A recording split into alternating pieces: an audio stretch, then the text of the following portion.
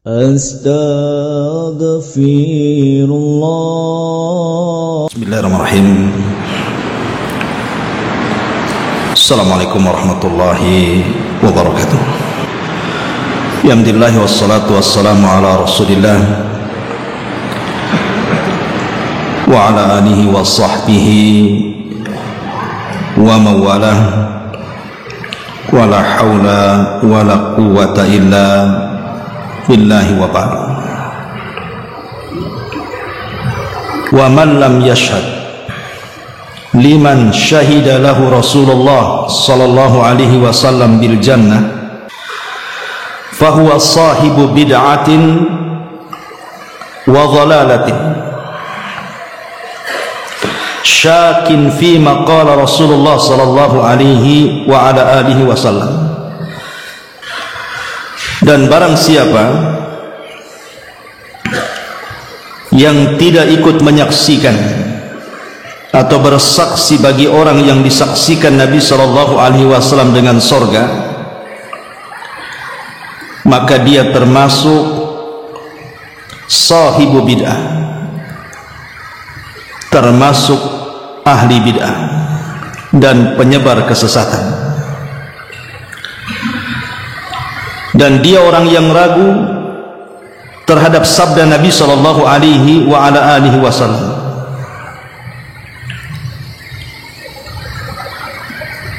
Perkataan mu'allif rahimahullahu ta'ala, siapa yang tidak menyaksikan apa-apa yang disaksikan Nabi sallallahu alaihi wasallam dengan surga dari para sahabat-sahabatnya, maka dia termasuk ahli bid'ah dan kesesatan, dan dia ragu-ragu dengan sabda Nabi sallallahu alaihi wasallam. Ini ingin membantah kepada kelompok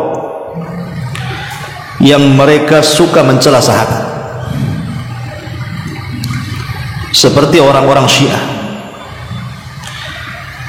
yang mereka tidak menganggap posisi Abu Bakar Siddiq radhiyallahu an sebagai sahabat Nabi, bahkan mereka berani mengkafirkan. Kemudian Umar radhiyallahu an juga sama dikafirkan. Kemudian juga Utsman. Bahkan sepeninggal Nabi sallallahu alaihi wasallam tidak ada yang Islam kecuali hanya bisa dihitung dengan jari. Tentu ini sebuah kesesatan, ikhwan, karena sahabat Nabi sallallahu alaihi wasallam dijamin surga. Makanya Allah mengatakan wa kullan wa'adallahul husna. Semua sahabat dijanjikan kebaikan. Kata Imam Ibnu Hazm rahimahullahu taala mengatakan husna di sini artinya al-jannah. Artinya semua sahabat dijanjikan surga. Baik, sedikit kita akan mengupas orang-orang yang oleh lisan Nabi sallallahu alaihi wasallam bahwa mereka termasuk min ahlil jannah. Ma'asyiral muslimin yang dimuliakan Allah azza wa jalla, yang pertama Hamzah ibnu Abdul Muttalib. Tentu Hamzah di sini paman Nabi sallallahu alaihi wasallam sekaligus sahabat Nabi.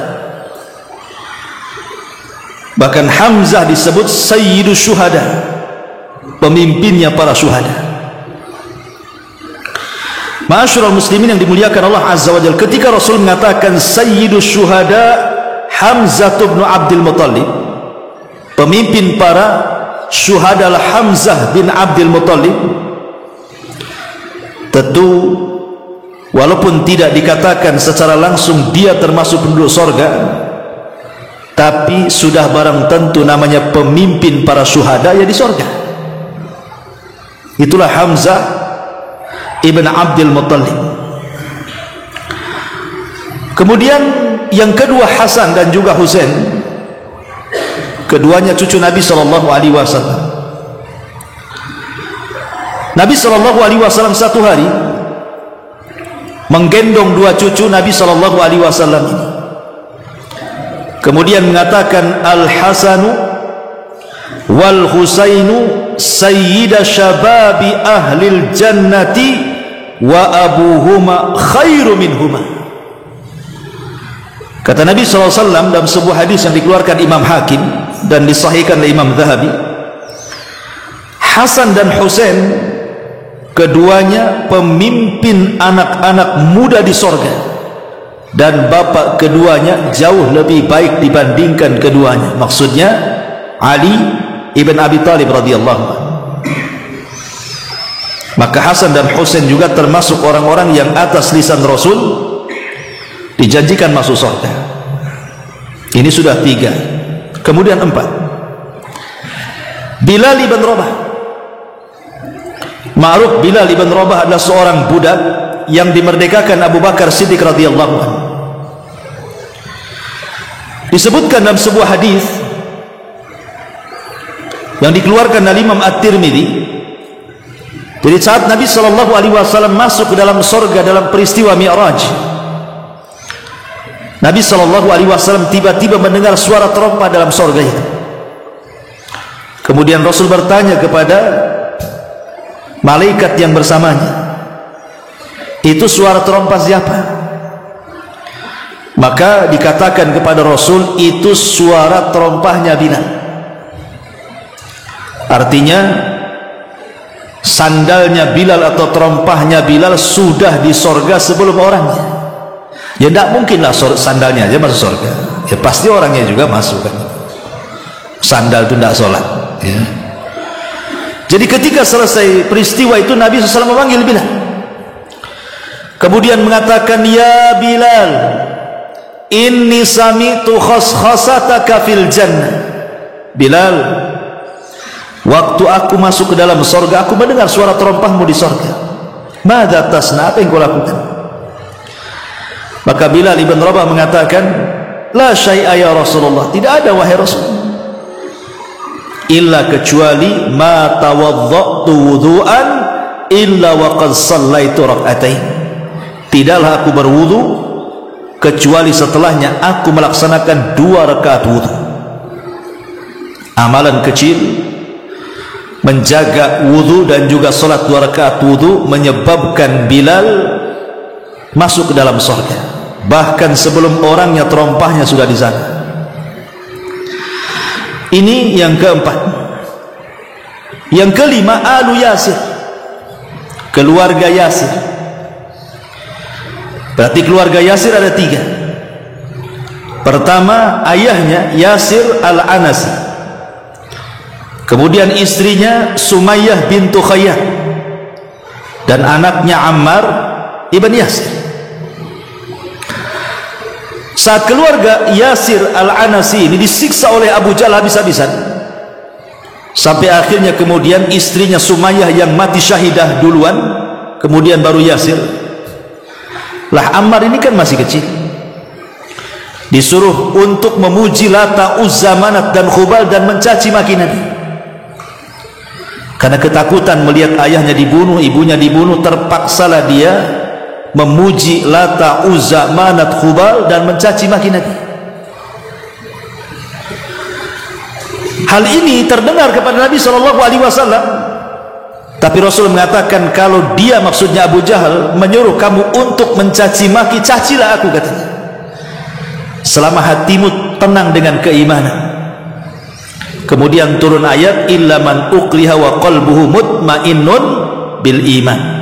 Boleh seseorang itu mengeluarkan kata-kata kufur selama hatinya dipenuhi dengan keimanan dan mengucapkannya karena dipaksa, seperti keluarga Ammar ibn Yasir. Lah ketika Nabi SAW melihat kondisi keluarga Ammar ibn Yasir yang luar biasa, mengorbankan jiwa mereka untuk Islam, maka Nabi SAW mengatakan, sabran ya ala Yasir fa inna mau'idakumul jannah. Sabarlah wahai keluarga Yasir, sesungguhnya sorga sudah menanti kalian. Menunjukkan bahwa keluarga Yasir, Sumayyah dan Ammar, mereka adalah keluarga min ahlil jannah. Yang keenam, Ukasah ibn Mihsan. Ukasah ibn Mihsan, ketika Nabi SAW menyebutkan tentang 70.000 orang yang masuk surga tanpa hisab dan azab. Maka Ukasha ibn Mihsan langsung berdiri dan mengatakan, ya Rasulullah, wahai Rasul, Allahumma ij'alni minhum, jadikan aku bagian daripada 70.000. Maka Nabi SAW mengatakan, anta minhum, engkau termasuk mereka yang 70.000 orang yang masuk surga tanpa hisab dan azab. Faqama rajulun min al-ansar, tiba-tiba ada laki-laki dari Ansar berdiri juga dan mengatakan, ud'u li minhum ya Rasulullah, Rasul doakan aku juga termasuk daripada 70.000 itu. Tapi Nabi SAW mengatakan, sabaqaka bika Ukasha, tidak bisa, Ukasha sudah mendahului kamu. Dari sini menunjukkan bahwa Ukasha ibn Mihsan dijanjikan surga oleh Nabi karena digolongkan dari 70.000 orang yang masuk surga tanpa hisab dan azab. Ini sudah berapa? 6. Kemudian 7, Thabit ibni Qais al-Mushammas. Thabit ibni Qais al-Mushammas. Thabit ini juru bicara Nabi, khatibul anbiya, khatibun Nabi, oratornya Nabi. Jadi satu hari dikisahkan ketika turun ayat tentang larangan tidak boleh mengangkat suara di atas suara Nabi. La tarfa'u aswatakum fawqa sautin Nabi. Janganlah kalian mengangkat suara kalian di atas suara Nabi. Jadi Thabit ibn Qais ini merasa jangan-jangan ayat itu turun kepada dirinya karena dia khatib masalahnya. Kan kalau itu kan kencang ngomongnya, sehingga terkadang suaranya melengking tinggi sementara suara Rasul diri. Jangan-jangan ayat itu ditujukan kepada saya. Sejak ayat itu turun dia tidak pernah hadir di majelis Nabi. Dia hanya ke masjid melaksanakan kewajiban sholat, pulang kemudian mengurung diri. Sampai Nabi SAW kehilangan dalam majelisnya, aina Thabit, di mana Thabit? Akhirnya kemudian Rasul mengutus Sa'd bin Mu'adz radhiyallahu an untuk mengecek di mana Thabit. Maka Sa'ad pun kemudian pergi dan datang ke rumahnya, kemudian bertanya soal apa dia tidak mau hadir lagi di masjid Nabi. Maka Thabit ibn Qais al-Musammas mengatakan, celaka aku wahai Sa'ad, telah gugur seluruh amalanku dan aku termasuk min ahlin nar, pasti aku masuk neraka, kata Sa'ad. Oh, itu masalahnya. Akhirnya kemudian Sa'ad datang kepada Rasul menghabarkan soal kondisi Thabit. Maka Rasul mengatakan kepada Sa'ad, sampaikan kepada Thabit, dia bukan termasuk penduduk neraka, bahkan dia min ahlil jannah, bahkan dia termasuk penduduk surga. Dari sini menunjukkan Thabit ibn Qais al-Mushammas juga salah satu sahabat yang dijanjikan surga atas lisan Rasul. Kemudian yang nomor 8, Harithah ibn Suraqah. Harithah ibn Suraqah. Ketika perang Badar, Harithah ibn Suraqah ini, ikhwan, dia akan disuruh menjaga pasukan. Masalahnya karena malam-malam, jadi dia disangka musuh, sehingga kemudian adalah seorang sahabat yang menarik panahnya, kemudian langsung diarahkan kepada Harithah ibn Suraqah ini. Mati dia, salah sasaran, disangka musuh. Ya kan, malam-malam lagi jaga kan, disangka penyusup dari musuh, kena tembak panah, mati. Jadi meninggalnya Harithah ibn Suraqah ini bukan dalam peperangan, tidak, justru salah sasaran. Selesai perang Badar,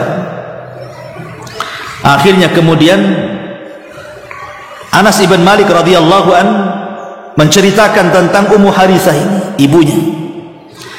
Ketika dia mendengar anaknya mati syahid, senang dia. Begitulah para sahabat itu.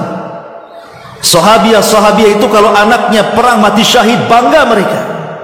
Tidak ada raut kesedihan di antara mereka. Masalahnya ketika diceritakan kepada ibunya bahwa Harithah ibn Suraqah ini bukan mati di medan perang, tapi mati salah sasaran, dan yang membunuh juga seorang muslim. mulailah dia menangis, sehingga datang kepada Rasul bertanya, di mana anak saya? Apakah di sorga ataukah di neraka? Akhirnya kemudian setelah dia mendatangi Nabi SAW, maka Rasul mengatakan, ya Umma Harithah, innaha jinan fil jannah wa inna ibnaki asabal firdausil a'la. Kata Rasul, ya Umma Harith, sorga itu bukan satu tapi bertingkat-tingkat, dan anakmu Harithah ibn Suraqah sudah mendapatkan firdausil a'la. Dari sini menunjukkan bahwa Harithah ibn Suraqah juga dijanjikan oleh Rasul bahwa dia masuk ke dalam deretan sahabat yang masuk surga. Bahkan Rasul menyebutkan surga paling tinggi Firdaus. Kemudian yang ke-9, Hudzaifah ibn Yaman. Hudzaifah ibn Yaman ini sirrun Nabi, pemegang rahasia Nabi. Termasuk ketika Nabi SAW mendapatkan wahyu tentang nama-nama orang munafik, tidak ada yang tahu kecuali Hudzaifah. Umar pun tak tahu, Abu Bakar tak tahu, bahkan Ali yang satu rumah juga dengan Rasul tidak tahu. Yang tahu hanya Rasul dan Hudzaifah Ibnul Yaman radhiyallahu anhu.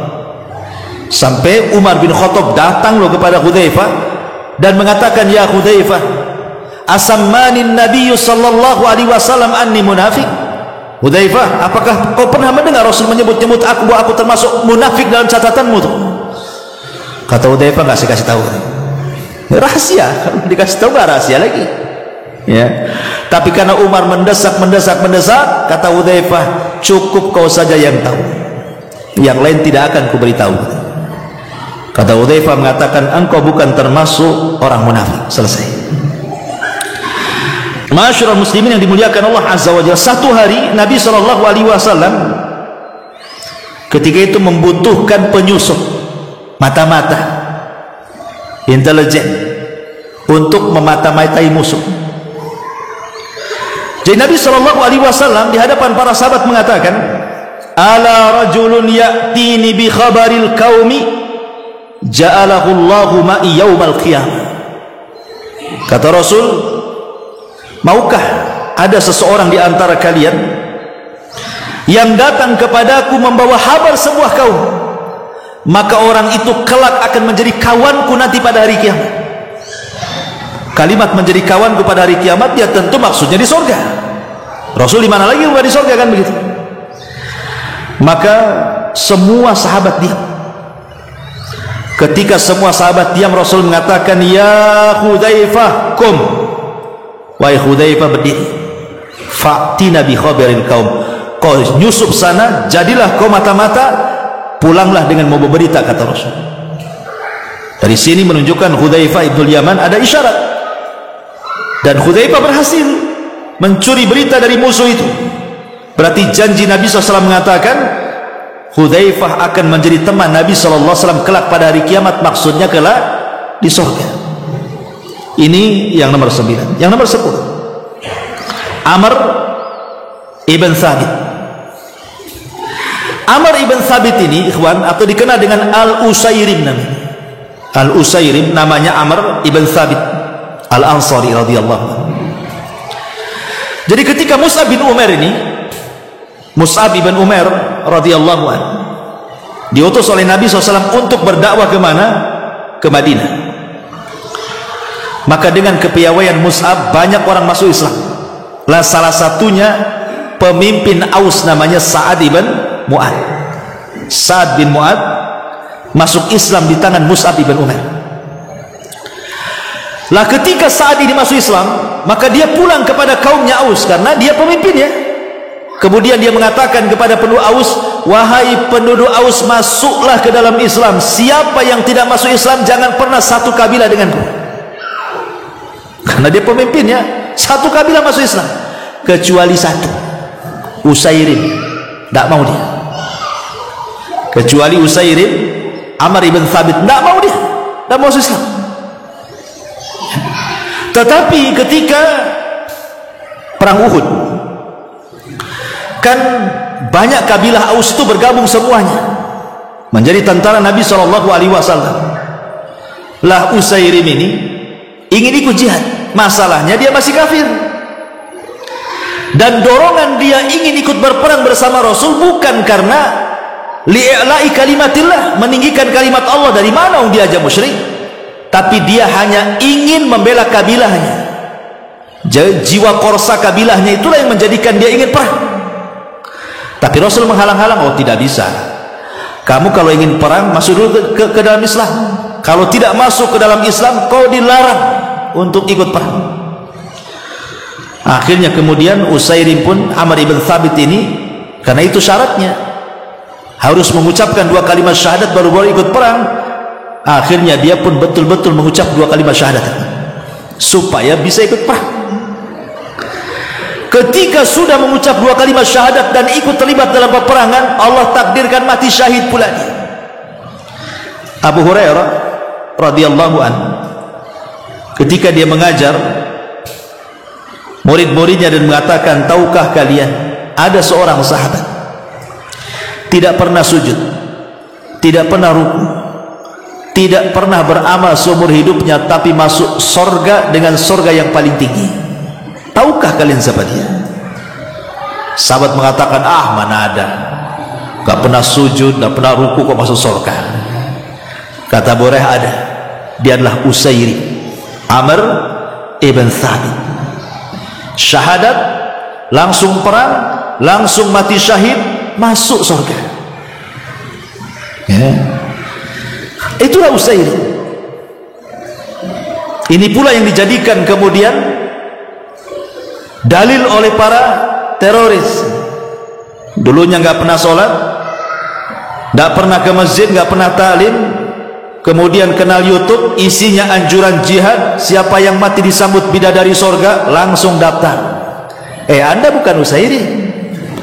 Usairim sahabat, ketemu Nabi, Anda ketemu setan. Ya, Ma'asyiral muslimin yang dimuliakan Allah Azza wa Jalla. Jadi tidak bisa dijadikan dalil. Sahabat itu cukup dengan melihat Nabi saja kemuliaan. Dengan melihat Nabi saja kemuliaan, jangan cerita yang lain. Ya. Nah, ini juga Usairim atau Amr ibn Thabit termasuk sahabat yang atas lisan Nabi SAW dijamin surga. Kemudian yang nomor 11, Ja'far ibn Abi Thalib. Ini paman Nabi, karena paman Rasul itu yang masuk Islam cuma 2, Hamzah dan Abbas. Ya. Ma'asyiral muslimin yang dimuliakan Allah Azza wa Jalla, Ja'far ibn Abi Thalib, dia adalah orang yang mati syahid ketika perang Mu'tah. Perang Mu'tah. Dan perang Mu'tah itu perang perdana Khalid ibn Walid terlibat peperangan di tahun ke-7 Hijriah. Itulah perang perdananya Khalid bin Walid selama dia masuk Islam. Karena memang Khalid sendiri masuk Islam belakangan, setelah 20 tahun dia masuk Islam. Makanya perang perdana yang dilakukan Khalid itu belum jadi panglima, masih jadi prajurit biasa. Lah ketika itu Nabi SAW kan memilih 3 pemimpin. Bendera dipegang Zaid, kalau Zaid mati Ja'far, kalau Ja'far mati Abdullah ibn Rawaha. Tiga-tiganya mati syahid. Sampai kemudian kaum muslimin kehilangan pemimpin, maka mereka melirik Khalid karena mereka tahu siapa Khalid di zaman jahiliyah, pemimpin piawai ulung kan itu. Maka Khalid pun kemudian diangkat dan Allah menangkan di tangannya. Kata Nabi SAW, saifun min suyufillah, dia adalah pedang dari pedang-pedang Allah. Ya. Kemudian ketika kematian Ja'far ini kan luar biasa, dia pegang pedang, pegang bendera, ditebas tangan kanannya, kemudian patah hilang. Kemudian diambil tangan kiri, tebas lagi, ya, kemudian putus lagi, kemudian dipeluk, ya, sampai akhirnya kemudian benderanya tumbang dan dia pun mati syahid. Lah kedua tangan Ja'far ini kan terputus, sudah nggak punya tangan lagi. Makanya Nabi SAW dengan wahyu yang turun kepadanya bahwa Ja'far kedua tangannya sudah putus, apa kata Nabi SAW dalam sebuah hadis yang dikeluarkan Imam Tirmidzi dan disahihkan oleh Syekh Nasiruddin Al-Albani, ra'aitu Ja'far ibn Abi Talibin malikan yatiru fil jannah ma'al malaikati bijanahain. Aku melihat Ja'far Allah berikan 2 sayap sebagai pengganti tangannya, dan dia terbang bersama para malaikat sesuai yang dikehendaki di sorga. Ini menunjukkan Ja'far termasuk orang yang dijanjikan sorga dengan lisan Rasul. Kemudian yang nomor 12, Abdullah ibn Salam. Abdullah ibn Salam ini tokoh Yahudi. Bahkan ketika dia masuk Islam, orang-orang Yahudi ditanya soal Abdullah ibn Salam, menurut kalian Abdullah Salam itu gimana sih? Kata orang Yahudi, oh dia adalah orang baik dari anak orang baik kami, orang mulia dari anak orang mulia kami, bla bla bla bla, panjanglah pujian kepada Abdullah ibn Salam. Kata Nabi SAW, ya Abdullah, keluar kau, sampaikan keislamanmu di hadapan kaummu. Keluar Abdullah ibn Salam dan mengatakan, asyhadu an la ilaha illallah wa asyhadu anna Muhammadar Rasulullah. Kata kaumnya, ya Muhammad, dia orang yang paling jelek, bapaknya jelek juga. Tadinya memuji mereka, dicaci maki balik. Ya. Ma'asyiral muslimin yang dimuliakan Allah Azza wa Jalla, ketika Nabi SAW datang ke kota Madinah, Abdullah ibn Salam kan seorang tokoh, masalahnya dia seorang pendeta, padri. Jadi dia banyak baca buku, dan dia tahu ciri-ciri Nabi, sifat-sifat yang tertera dalam kitab Taurat. Mereka tahu betul siapa Nabi yang akan muncul itu. Jadi ketika Rasul sampai di Kuba, dari hijrah ke Madinah sampai di Kuba, Abdullah ibn Salam sudah nggak tahan, pengen betul-betul melihat Rasul. Betulkah orang yang aku Nabi itu ciri-cirinya sama dengan apa yang saya baca? Rupanya ketika berjumpa dengan Rasul langsung jatuh cinta, persis seperti apa yang dia baca dalam kitabnya. Dari situlah dia bersyahadat di hadapan Nabi sallallahu alaihi wasallam. Maka Nabi sallallahu alaihi wasallam mengatakan,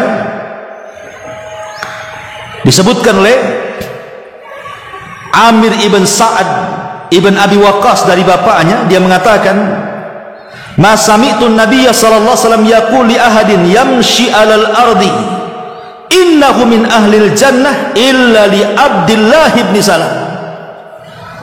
Katanya Amir ibn Sa'ad ibn Abi Waqqas mengatakan dari bapaknya, Rasul mengatakan, aku tidak pernah mendengar Nabi SAW bersabda kepada seorang pun di mana ada orang yang berjalan di permukaan bumi dan dia termasuk penduduk sorga kecuali Abdullah ibn Salam, kata Rasul. Menunjukkan pujian Rasul kepada Abdullah ibn Salam bahwa dia termasuk penduduk sorga. Ini yang nomor 12. Yang nomor 13, Amr ibn Jamuh. Amr ibn Jamuh. Amr ibn Jamuh ini masuk Islamnya unik, karena dikerjain oleh anaknya Mu'adz ibn Jamuh. Ya, jadi diprank sama anaknya sendiri, namanya Mu'adz ibn Jamuh. Dan Mu'adz ibn Jamuh dia masuk Islam duluan, dan dia teman baik Mu'adz bin Jabal. Jadi tahu bapaknya ini masih menyembah berhala, diajak masuk Islam tak mau, diajak masuk Islam tak mau. Akhirnya kemudian dia beristighfar sendiri, cemana caranya bapaknya masuk Islam. Bapaknya itu punya berhala yang sangat besar yang selalu diletakkan di tempat khusus. Itu berhala yang paling diagungkan ayahnya. Satu hari ketika ayahnya pergi, maka Mu'adz bin Jamuh ini masuk ke kamar ayahnya, diambilnya tuh berhala itu, dibawa ke belakang, disungsepkan ke parit. Akhirnya bapaknya datang mau nyembah Tuhannya, tak ada. Rupanya dicari-cari, Tuhannya nyungsep di parit. Akhirnya diambil tuh Tuhannya itu, berhalanya, dimandikan, dikasih wangi-wangi, dikembalikan ke kamarnya, disembah lagi. Orang jahiliyah kan? Ya, Tuhannya dimandikan. Ya. Kemudian tak sadar-sadar juga, besoknya gitu lagi, diambil lagi Tuhannya, kemudian dimasukkan ke dalam parit. Kemudian datang lagi bapaknya, dimandikan lagi, disembah lagi, sampai 3 kali. Akhirnya marahlah Amr ibn Jamuh, Amr ibn Jamuh, ambil pedang, diikatkan di tangannya. Hei berhala, kalau engkau memang Tuhan, tebas orang yang menghina kamu, masa kau tega dilempar ke parit pula. Akhirnya kemudian dia pergi, betul-betul dikerjain betul sama anaknya, diambil pula berhala itu. Ya nggak nebas, gimana mau nebas, dia mati. Akhirnya dicarikan bangkai anjing, diikatkan pula di berhalanya, kemudian disungsepkan kepala di bawah, kaki di atas, di dalam parit itu. Datang bapaknya, Sekarang bapaknya tidak marah kepada orang yang nyungsepkan dia ke parit, tapi ke berhalanya sekarang dia marah. Hei berhala, kau Tuhan kami, kenapa kau tidak tebas orang yang menghina kami? Kalau memang engkau Tuhan, harusnya kau bisa melindungi diri, katanya. Bagaimana bisa kau akan melindungi aku kalau kau tidak bisa melindungi dirimu sendiri? Sejak itu dia sadar. Itu masih Islam. Tapi jangan ditiru. Ini kan ijtihadnya seorang anak ingin menyadarkan bapaknya. Jangan pula antum masuk ke kelenteng itu apa, ambil berhala, masukkan pula ke parit. Antum ngajak perang namanya kan itu. Ya, bukan begitu. Ini bapak sama anak ceritanya ya. Dan ijtihadnya seperti itu. Akhirnya masuk Islam si Amr ibn Jamuh ini. Lah setelah dia tua, Amr ibn Jamuh sudah tua, masalahnya dia pincang ya. Pincang, tua, punya anak 4 ya. Ketika perang Badar dia tidak ikut, dia sedih memikirkan kenapa aku tak ikut perang Badar. Ketika terjadi perang Uhud nih, dia tidak mau ketinggalan lagi, dia bersumpah, aku sudah rugi di perang Badar tak ikut, jangan sampai di perang Uhud aku tak ikut. Datang dia kepada Rasul, ingin daftar jihad. Kemudian anaknya mendengar bapaknya mau jihad, nggak terima, datang kepada Rasul. Rasul, bukankah ayahku pincang, sakit, jalan pun susah, bukankah orang seperti itu dapat uzur? Kata Rasul, ya memang dapat uzur, bilang aja sama bapakmu, katanya. Dipanggil ayahnya di sidang di hadapan Rasul, tapi Amr ibn Jamuh kekeh tidak mau kecuali ingin ikut jihad. Dan dia mengatakan, laulal jannah la afartuka iya, kalau bukan karena surga aku siap digantikan. Ini masalahnya surga, aku gak mau, katanya. Subhanallah, sahabat. Akhirnya betul-betul lah ini Amr ibn Jamuh ini masuk ke peperangan. Rupanya dia pula yang awal-awal mati syahid. Apa alasan dia ingin terlibat jihad? Dia ngomong sebelum jihad, malamnya ini, sebelum besok pagi dia mati syahid, dia ngomong sama Nabi, ya Rasulullah, walaupun aku pincang, tapi aku sudah berjanji dengan Allah bahwa aku tidak akan pulang kecuali aku mati syahid, dan aku ingin injakkan kedua kakiku di surga. Ketika betul-betul mati syahid, kata Rasul, demi Allah, aku sudah melihat Amr ibn Jamuh menginjakkan kedua kakinya di surga. Nah, ini juga kisah Amr ibn Jamuh radhiyallahu anhu. Yang ke-13. Yang ke-14, Abdullah ibn Haram. Lah kebetulan Abdullah ibn Haram ini kawan pula dengan Amr ibn Jamuh ceritanya. Jadi kemana-mana nih dua orang ini betul-betul lah nggak pernah lepas. Bahasa kitanya apa? Gebetan, apa istilahnya? Kemana-mana berdua aja. Sholat malam berdua, ngaji berdua, semua berdua. Ya, jadi kita ini boleh berkawan dengan siapa saja, tapi adalah beberapa orang kawan itu yang bisa diajak ibadah. Seperti Amr ibn Jamuh dan Abdullah ibn Haram. Lah ketika kemudian dia mendengar Amr ibn Jamuh terlibat perang, ingin perang itu Uhud, Abdullah ibn Haram tak ketinggalan, dia pun ingin jihad juga, karena temannya. Lah sama-sama sudah kakek, sakit. Anaknya Jabir bin Abdullah ini, dia tidak mau ayahnya terlibat, karena masalahnya anaknya banyak, semua perempuan, dia pula laki-laki sendiri.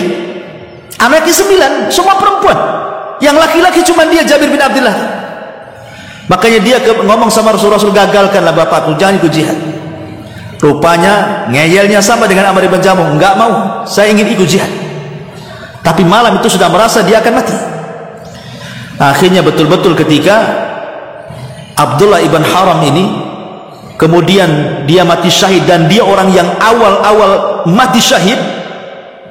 Selesai peperangan, kaum muslimin mencari jasad-jasad yang selamat, yang terluka, yang meninggal dikumpulin kan. Lah Nabi SAW lewat, rupanya Jabir sedang memeluk jasad ayahnya Abdullah ibn Haram. Dengan sedihnya Jabir memeluk ayahnya. Rasul kasihan dan mengatakan, ya Jabir, tabki aw la tabki. Hei Jabir, menangis ataupun tidak menangis, kata Rasul. Laqad kallamallahu abaka kifahan bila turjuman. Hei Jabir, menangis ataupun tidak menangis, tenang, bapakmu sudah diajak bicara langsung oleh tanpa penerjemah, kata. Bapakmu sudah diajak bicara langsung oleh Allah tanpa penerjemah. Kemudian Rasul menceritakan saat bapakmu meninggal, kata Rasul, Allah mengajak dialog dengan bapakmu dan mengatakan, tamanna ya abdi, bercita-citalah wahai hambaku, kau sudah mati syahid, kau sudah berbuat baik, kira-kira kalau engkau ingin sesuatu, maumu apa? Allah menawarkan kerajaannya. Tapi Abdullah ibn Haram mengatakan, tidak ya Rabb, aku hanya ingin kau hidupkan kembali aku ke dunia supaya aku bisa berperang kedua kalinya dan mati syahid kedua kalinya, katanya. Luar biasa orang dunia. Tapi Allah mengatakan mustahil, orang mati hidup lagi nggak mungkin, minta yang lain saja. Maka Abdullah ibn Haram mengatakan, kalau begitu habarkan saja kondisiku di hadapanmu, di sisimu, kepada keluarga, supaya mereka tidak sedih. Dari sini turun ayat wala tahsabanna, gimana ayatnya? Jangan kau sangka orang-orang mati syahid itu mereka mati amwatan bal ahya inda rabbihim yurzaqun. Jangan kau sangka orang-orang yang mereka mati di peperangan itu amwat, mati, tidak, bal ahya, bahkan mereka hidup dan mereka mendapatkan rizki di sisi Allah, maksudnya sorga dengan penuh kenikmatan di dalamnya. Ini juga Abdullah ibn Haram. Kemudian Rasul mengatakan, kuburkan satu lubang Amr ibn Jamuh dengan Abdullah ibn Haram, karena keduanya selama masih hidup berkawan lillah karena Allah dan berpisah juga karena Allah, kata Rasul. Ini yang nomor 14, Abdullah ibn Haram. Kemudian yang nomor 15, Abu Dahda radhiyallahu anhu. Abu Dahda radhiyallahu anhu dikisahkan oleh Anas bin Malik radhiyallahu anhu. Jadi ada seseorang konflik dengan anak yatim gara-gara kebun. Jadi ada seorang Ansor punya kebun, konflik dengan anak yatim. Kata anak yatim, ini yang sepetak ini tanah saya. Kata Ansor ini mengatakan, tidak, ini tanah saya semua. Akhirnya sampailah ke mahkamah, kalah anak yatim ini. Akhirnya sampailah kepada Abu Dahda, karena Rasul ketika itu ngomong sama orang Ansor, kasihlah yang sepetak kecil ini, nanti aku ganti dengan tanah di sorga. Tapi tidak mau orang Ansor ini. Ya, mungkin karena sudah ada konflik duluan kan, udah sakit hati, itu apa ceritanya. Akhirnya sampailah kepada Abu Dahda. Abu Dahda datang kepada yang punya tanah dan mengatakan, wahai fulan, aku punya tanah lebih luas dari tanahmu, lebih strategis dari tanahmu. Gimana kalau kita barter? Biar tanahmu jadi milikku dan tanahku jadi milikmu. Ya maulah, satu di Barelang, satu di Batam Center, ya kan? Sana 1 hektar, 1 kapling. Maulah kan itu ya. Oke, katanya. Nah, sudah selesai, maka tanah yang sudah dibarter itu dikasihkan anak yatim semua. Itulah Abu Dahda. Kata Nabi SAW ketika dia mengatakan, Rasul, aku mendengar bahwa setiap satu pokok kurma di kebun yang aku kasihkan anak yatim, Allah akan tanamkan pokok kurma di sorga untuk. Kata Rasul, ya betul, katanya Rasul. Ya tidak mungkinlah kurmanya di sana orang yang nggak masuk sorga. Kan gitu. Ya pasti orang yang masuk sorga lah kan gitu. Nah, ini ceritanya Abu Dahda radhiyallahu anhu. Kemudian juga yang nomor 16, Anas ibn Malik, Anas ibn Nadhr. Anas ibn Nadhr ini, ikhwan, dia juga sama, tidak terlibat dalam perang Badar, ingin terlibat dalam perang Uhud. Jadi kebetulan ketika dia di awal perang Uhud dia nggak ikut karena dia lagi safar. Cuman pas pulang dia tahu para sahabat sedang perang Uhud. Dia melihat para sahabat lari tunggang langgang karena diisukan Rasul meninggal. Muhammad meninggal katanya. Jadi sahabat tunggang langgang kemana-mana tuh. Kaget dia, ada apa? Kenapa kalian lari? Ya, akhirnya diceritakan. Langsung dia menyemangati para sahabat untuk kembali ke lokasi. Kemudian dia melihat ada Sa'ad bin Mu'adz dan mengatakan, ya Sa'ad, maju, fa inni qad wajadtu raihatal jannah min kibalil Uhud, katanya. Maju, serang mereka. Aku sudah mencium bau sorga di balik Uhud ini, katanya. Bayangkan, dari sini para ulama mengatakan apa? Lihat bagaimana baunya sorga sampai ke dunia karena tercium oleh Anas bin Nadhr. Ya, ini juga menunjukkan bahwa Anas bin Nadhr juga termasuk min ahlil jannah.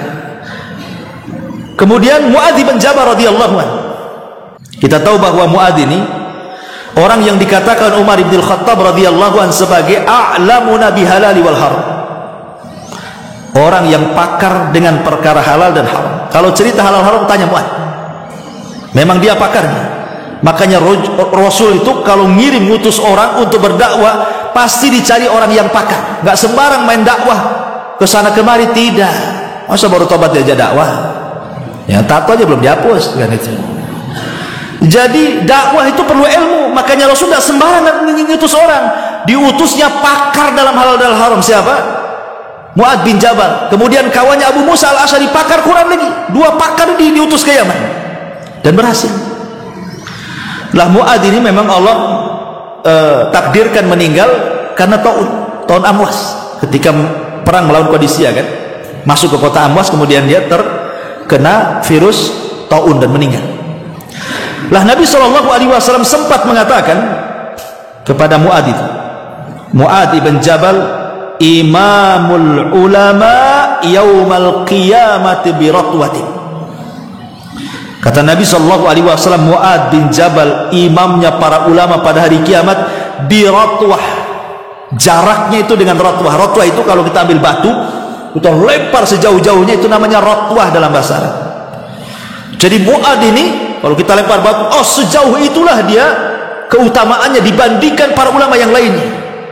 Ya, jadi dia lebih dulu daripada para ulama sebelumnya. Dia para ulama di belakang, dia di paling depan. Makanya dikatakan imamul ulama, pemimpinnya para ulama kelak pada hari kiamat. Itulah Mu'ad bin Jabal. Lah kata-kata Nabi SAW imamul ulama, ya tidak mungkin dia kalau bukan ahli jannah.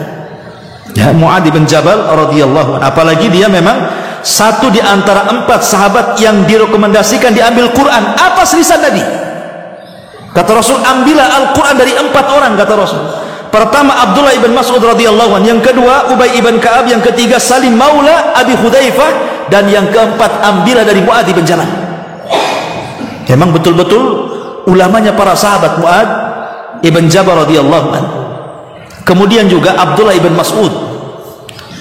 Abdullah ibn Mas'ud juga sama. Jadi suatu hari dia naik ke pohon kurma.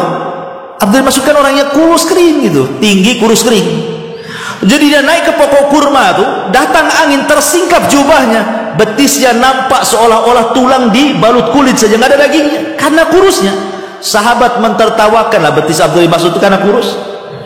Maka Rasul mengatakan, la tadhak, jangan kalian la tudhik, jangan kalian mentertawakan kedua betis Abdullah bin Mas'ud, sebab kalau kedua betis itu ditimbang di hadapan Allah dengan gunung Uhud ini, masih berat kedua betis Abdullah ibn Mas'ud dibandingkan gunung Uhud itu. Menunjukkan bahwa timbangan pada hari kiamat berat tidaknya bukan karena gendut atau kurusnya. Paham ya? Karena kalau Abdullah ibn Mas'ud, kenapa lebih berat betisnya? Itu kan kurus. Gunung Uhud besar, harusnya gunung Uhud lebih berat kan? Kenapa kedua betisnya lebih berat? Dari situ menunjukkan bukan karena gemuk, tapi karena amalannya. Kalau timbangan karena gemuk, makan malam aja dari antum, nanti gemuk.